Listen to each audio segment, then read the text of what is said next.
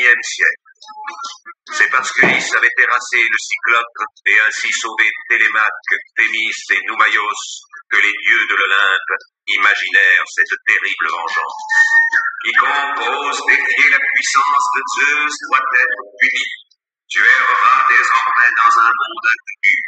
Jusqu'au royaume d'Hadès, vos corps resteront inertes.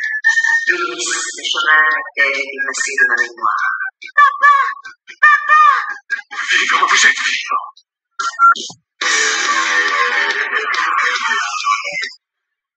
Voilà, j'ai coupé l'intro.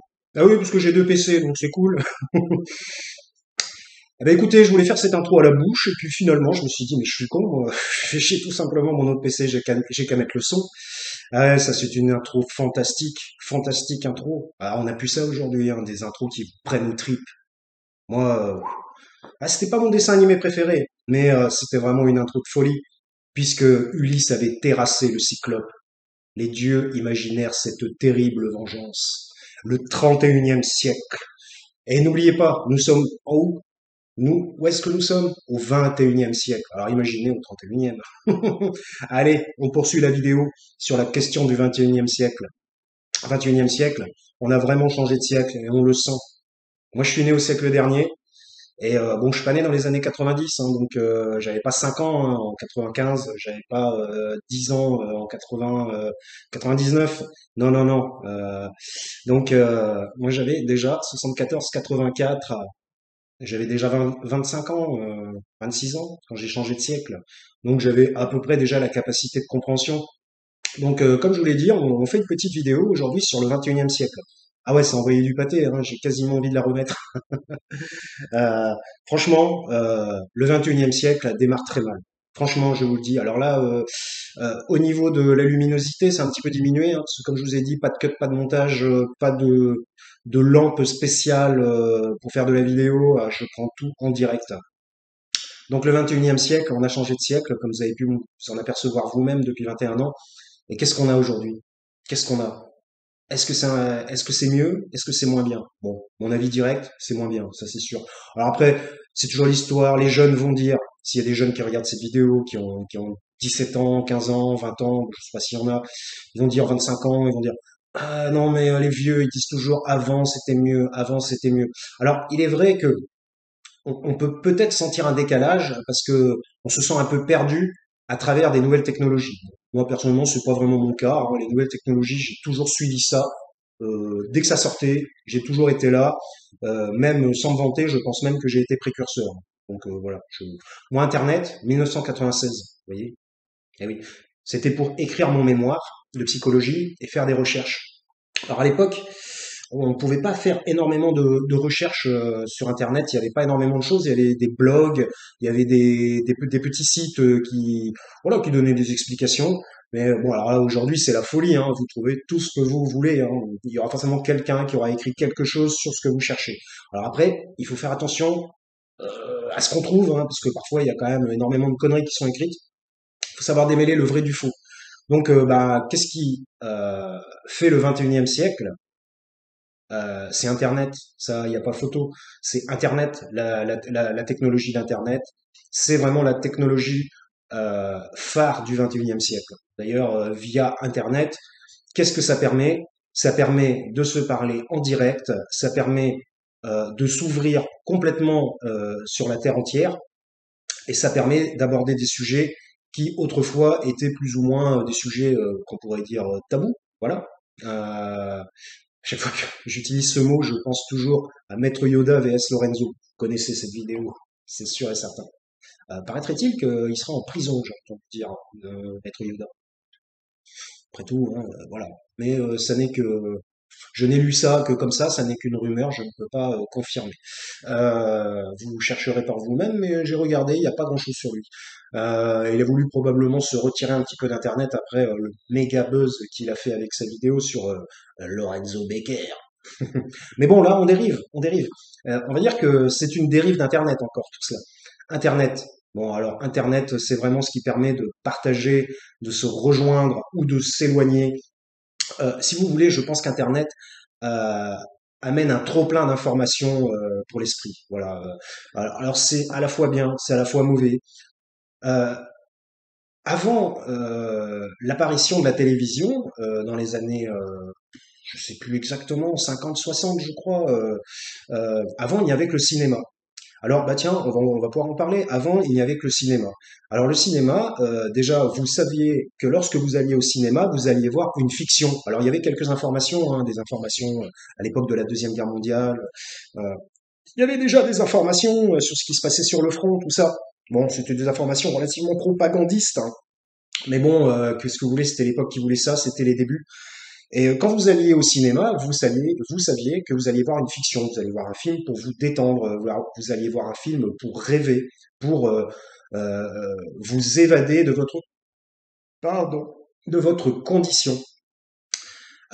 Donc, en gros, sur le plan psychologique, vous vous donniez librement, tout en sachant ce que vous alliez voir, et donc ça n'avait pas un impact mental extrêmement puissant, on va dire sur le plan de la réalité, parce que vous saviez que vous étiez au cinéma. Déjà, il y avait un déplacement entre le lieu de vie et le cinéma qui vous faisait quand même bien comprendre que vous alliez voir quelque chose de particulier. Après, la télévision est arrivée. Alors, si vous voulez, la télévision, alors vous allez me dire, ouais, mais c'est sur le 21e siècle. Oui, on va revenir à Internet. Si vous voulez, la télévision, je sais pas trop quoi en penser. Une fois de plus, c'est à la fois bien et pas bien. Voilà. Et Internet, en fait, n'est qu'une télévision, je dirais, une télévision qui a évolué jusqu'à un point d'être global, total, et où tout le monde peut y avoir accès. Parce qu'aujourd'hui, sans Internet, on n'est plus rien. On est obligé d'avoir Internet. Vous voyez bien que, en fait, mais ça, c'est les problèmes du gouvernement, hein, une fois de plus. Putain, il y a un mec à la télé, il a une drôle de tête. C'est les problèmes, les problèmes gouvernementaux. Aujourd'hui, moi, j'aimerais pas avoir 65 ans aujourd'hui. Aujourd'hui, vous ne pouvez même plus faire une déclaration d'impôt si vous n'avez pas Internet. Alors aussi, bon, évidemment, on les reçoit encore en feuille et tout. Bon, enfin bref, bon là, c'était pas forcément un bon exemple. Mais vous savez que vous faites énormément de choses par Internet. Si vous voulez avoir un portable, si vous voulez avoir par Internet. Alors après, effectivement, on peut passer des coups de fil, mais ça paraît désuet aujourd'hui. Tout se fait par Internet. Je n'ai pas d'exemple qui m'arrive en tête, mais vous savez très bien que dès que vous devez, par exemple, si vous voulez toucher les APL, la CAF, c'est par Internet. Vous êtes obligé de faire vos ressources trimestrielles par Internet. Euh, Aujourd'hui, c'est très compliqué pour les gens qui n'ont pas suivi la technologie, hein. Là, moi, j'avoue que, en fait, malheureusement, ils sont, comment dirais-je, je trouve pas les termes, hein, désolé. On va dire qu'ils n'ont pas les, ils sont handicapés, voilà, c'est ça. Ça renvoie à un handicap. Si vous n'utilisez pas Internet aujourd'hui, que vous savez pas comment utiliser Internet, bah finalement, vous êtes laissé pour compte, hein. Vous êtes un handicapé de la vie, quoi. Euh, Parce que vous n'allez pas pouvoir réussir à vous exprimer via Internet. Euh, les vieux, aujourd'hui, les vieux, petit message, je ne sais pas qui c'est, les vieux, comme quoi je suis pas si seul que ça, mais je crois que c'est un truc par rapport au Bon Coin, alors, un truc que je vends. Euh, les vieux aujourd'hui, je peux comprendre qu'ils se sentent complètement isolés, perdus. Déjà, il y a un isolement important lorsqu'on vieillit, hein, sur le plan de la société réelle, et en plus, alors là, avec Internet, ils sont complètement largués, hein. Internet, c'est une autre dimension, hein. Moi, j'ai essayé de faire utiliser une tablette à ma mère. Bon, alors soit elle avait quand même 79 ans à l'époque. Je lui ai montré comment ça marchait. Je lui ai dit fais comme ceci. Tu as la croix à côté pour couper, pour enlever la page. Tu utilises ton doigt pour aller à droite, à gauche, pour descendre, tout ça. Elle a essayé, hein, elle a essayé. Pourtant, elle était pas idiote, hein, ma mère, hein. Ma mère, elle était institutrice, directrice d'école, mais elle a pas réussi, hein. Elle m'a dit non, ça me fait chier ce truc, je comprends rien. Voilà. Et en fait, ça vous montre, lorsque vous n'arrivez plus à faire quelque chose que, en fait, tout le monde fait aujourd'hui, vous vous sentez ridicule, vous vous sentez inutile, vous vous sentez en dessous de la globalité des gens. Et finalement, bah, ça rend dépressif, hein. Voilà, hein, ça accentue un système dépressif que l'on a tous plus ou moins à l'intérieur de nous. Parce que de toute façon, la dépression, c'est une réponse normale de l'esprit face à des difficultés et à une impossibilité de passer la barrière, quoi, en quelque sorte. Donc revenons-en au XXIe siècle, revenons-en à Internet. Alors Internet a vraiment bouleversé le XXIe siècle, hein, ça y a pas photo. Euh, et voire même, c'est un peu trop installé chez les gens. Bon, bah aujourd'hui Internet, tout le monde a Internet. Tous les enfants veulent Internet. Euh, les parents ne peuvent même plus vivre sans Internet. Alors forcément, on trouve toujours des cas particuliers. Euh, Peut-être que des moines dans un monastère n'ont pas Internet. Effectivement, ça serait intéressant de parler de religion aussi, hein. La religion est complètement en désuétude, hein, est complètement mise de côté. Et alors vous allez me dire, ouais, la religion n'en a rien à branler. Mais sans religion du tout. Alors je ne vous parle pas de l'islamisme, hein, radical et tout ça. Je parle de la chrétienté, religion chrétienne, hein. On va parler de ce qu'on connaît, hein, en quelque sorte. Parce que bon, moi, bien que je sois d'une double origine, si je devais me pencher sur une religion, si je devais avoir la foi, bah d'ailleurs, je pense que j'ai un petit peu la foi, hein, quand même. C'est la foi chrétienne, hein, je vous le dis. Voilà. Comme ça, bon, c'est fait, hop, c'est réglé. Donc, bah, Internet, effectivement, c'est quand même le gros morceau du 21e siècle. Donc, Internet s'est installé chez les gens. Et Internet, qu'est-ce que c'est? C'est surtout des vidéos. Bon, après, les vidéos, c'est aussi la passivité. Lorsque vous regardez une vidéo, vous êtes passif. Justement, moi, je souhaite, mon chat, je souhaite que mes vidéos puissent vous permettre de réfléchir un petit peu, d'accentuer votre réflexion sur les choses de la société actuelle.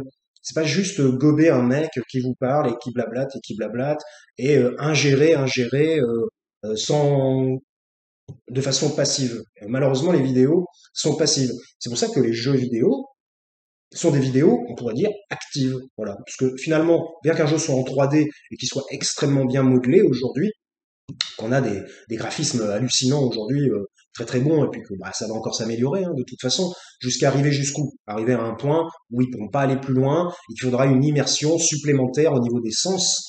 D'ailleurs, avec le casque VR, ils ont commencé à le faire. Euh, mais à un moment donné, tout ça aura une fin, puisqu'on ne pourra pas aller plus loin. Alors, ce sera autre chose qui prendra la place. Alors, on se dit toujours, ah mais non, on ne pourra pas aller plus loin, on ne pourra pas aller plus loin. Ne vous inquiétez pas, l'humain est plein de ressources et il trouvera toujours quelque chose supplémentaire pour aller plus loin, toujours. Alors après, il y a toujours, comment dirais-je, il y a toujours des lieux, des endroits, des choses où on ne pourra pas aller plus loin. Par exemple, moi je pense que aller vivre sur une autre planète, c'est quasiment impossible. Je dis bien quasiment parce que j'en sais rien. Ou alors s'extraire du système solaire, hein, parce que comme vous savez, enfin non, vous savez peut-être pas, je vais le répéter parce que personne ne regarde cette chaîne. J'ai fait beaucoup d'astronomie. Donc si vous voulez, Elon Musk, pour moi, bon, c'est un mec qui a des qualités, qui a des compétences assez élevées, mais bon, c'est un rêveur, c'est un doux rêveur et il va, si j'ose dire, vite redescendre sur Terre. Mais bon, c'est un autre sujet. Si vous voulez, bah voilà, le 21e siècle en particulier, c'est Internet. Et Internet délivre la bonne et la mauvaise parole. Alors après, à vous de la choisir, à vous de choisir la bonne parole. C'est celle qui vous fait avancer, celle qui vous fait réfléchir et celle qui vous sort du consensus global, parce que Internet, en fait, est un milieu de propagande aussi. Mais alors, beaucoup moins que la télévision, hein, surtout la télévision actuelle, hein, qui maintenant s'est phagocytée à travers des groupes idéologiques, hein. Là, il y a pas photo, hein. Je parle de la télé française une fois de plus. Euh, Finalement, quand on regarde un petit peu les télés étrangères, ça m'est arrivé lorsqu'il y avait les Black Lives Matter, par exemple, on voyait que ils avaient une perception un petit peu plus moins idéologique de la chose. Bon, alors, évidemment, même s'ils prenaient plus ou moins le côté de Black Lives Matter, parce que bah, finalement, c'est un péché l'esclavage. Et, le mot péché n'est pas assez utilisé aujourd'hui. Justement, j'ai écouté un pasteur, hein, parce que ça m'arrive d'écouter des pasteurs, et je vous conseillerais même d'écouter des pasteurs. Alors après, bon, il faut bien le choisir, une fois de plus, hein. Il y en a qui sont aussi dans l'idéologie relativement une idéologie qui ne vous laisse pas de porte de sortie. Il faut toujours écouter quelqu'un qui vous permet d'avoir une porte de sortie, pas quelqu'un qui vous phagocyte dans son idéologie propre. Moi, ça n'est pas mon but. J'essaie d'expliquer les choses. Après, et comme je vous l'ai déjà dit, c'est la démocratie. Vous êtes d'accord, vous n'êtes pas d'accord. Vous dites ce mec raconte de la merde, ce mec raconte des choses intéressantes. C'est très bien. Utilisez votre point de vue, utilisez votre entité personnelle, votre unité psychologique personnelle, et faites-vous votre propre avis. Et c'est comme ça qu'on avance. Et c'est en ayant de multiples avis qu'on arrive à construire quelque chose de bien, et non pas lorsque on crée des champs de moutons avec tous les moutons qui suivent le même berger. Si le berger fait de la merde et dit de la merde et vous propose de la merde, eh ben vous irez tout droit ou dans le tas de merde. C'est logique. Voilà, alors le 21e siècle en particulier, c'est Internet. Internet qui s'est invité dans tous les foyers et qui, effectivement, pour des gens qui n'auraient pas une capacité mentale trop élevée, pourrait effectivement être néfaste en quelque sorte. Puisque Internet en particulier, c'est des vidéos. Alors les gens regardent beaucoup de vidéos. Alors il y en a qui vont dire oui, je lis beaucoup sur Internet. C'est très bien de lire aussi sur Internet. Malheureusement, les écrans font mal aux yeux. Alors ça, c'est le côté néfaste de la lecture sur sur ordinateur ou tablette. Euh, Vous voyez bien aussi que l'humain, alors peut-être qu'il va y avoir une évolution génétique pour pallier à ce genre de choses, mais vous voyez bien que l'humain n'est pas fait, et moi j'en sais quelque chose, pour rester sur un écran toute la journée. Voilà, on n'est pas fait pour rester sur des écrans. Alors c'est pour ça que lorsqu'il y a des confinements, des confinements, des DES, plus loin confinement, ben, l'humain il est encore plus dans la merde parce qu'il se dit bah, je peux même pas sortir, je peux même pas aller voir la vraie vie à l'extérieur, la nature, les gens, le ciel. Voilà, parce que bon, bah moi j'ai la chance d'avoir un grand jardin chez ma mère, mais il y a des gens, et j'ai habité dans 30 mètres carrés pendant 20 ans. Eh oui, 20 ans dans 30 mètres carrés. Bon, alors j'ai changé d'appartement, mais c'était pour avoir 2 mètres carrés de plus. Et bon, heureusement, c'était légèrement plus lumineux. Et si vous voulez, bah, si vous êtes confiné là-dedans, c'est chaud, hein. Je comprends les gens, en particulier les étudiants, qui ont été confinés en plus dans des chambres étudiantes de 9 mètres carrés, c'est horrible. Alors vous allez me dire, putain, le 21e siècle, il n'en a pas trop parlé. Alors bah, le 21e siècle, c'est Internet déjà. Et Internet, en fait, maintenant, est le média le le plus regardé au monde. Les chaînes télé, pourquoi les chaînes télé se foutent de la gueule d'Internet, essaient de déprécier, de rabattre, de rabaisser, pas rabattre, de rabaisser Internet parce qu'ils sentent le danger. Le danger, il est là. Le danger, c'est qu'en fait, ils ne sont plus regardés. Et n'oubliez pas que c'est pas vraiment la parole qu'ils veulent délivrer à la télévision qui les intéresse, c'est leur gagne-pain et un très bon gagne-pain. C'est du bon pain, hein. Là, c'est pas du petit pain, là, hein. C'est du très bon pain. Et donc,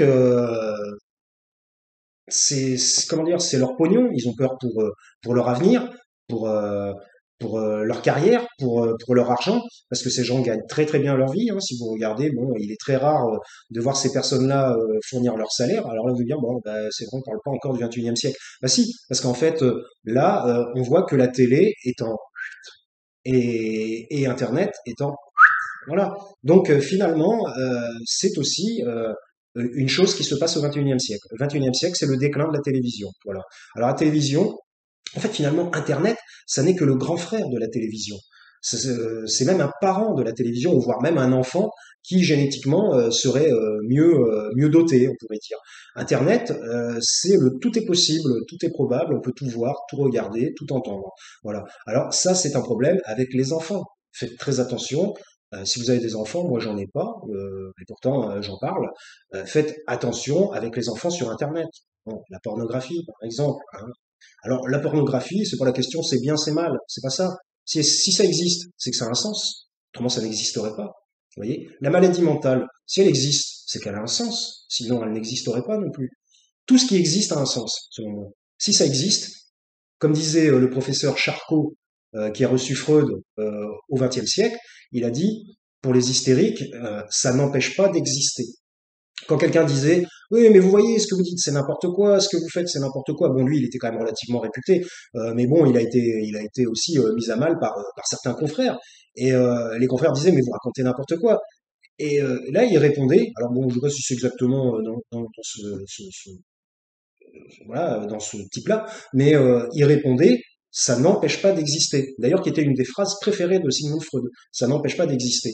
Et oui, et oui, c'est pas parce que vous ne pouvez pas l'expliquer, que vous ne pouvez pas le comprendre, que ça n'existe pas.